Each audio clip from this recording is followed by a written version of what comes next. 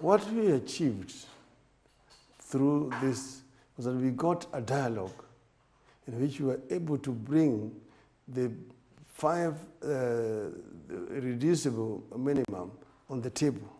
Take, for example, corruption. Before the handshake, we were standing this side and the government was the other side, and we were throwing stones at them.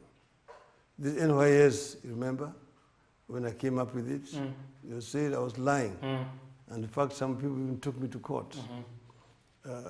We talked about the Ministry of Health. We even talked about the Serious Board. We talked about Eurobond. Yes. And all the times the other side was defensive. But don't you see, ask yourself, what has happened so that now, all of a sudden you can see prosecutions? Because there's a paradigm shift. Things have changed. Most people have not seen it. The relationships have been so polarized. It is us versus them. And this is not healthy for a country that is multi-ethnic.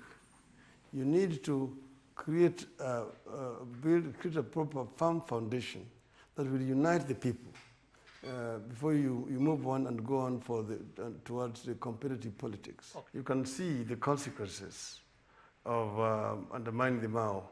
Over 100,000 hectares of land, of forest has been destroyed, and people have settled in it.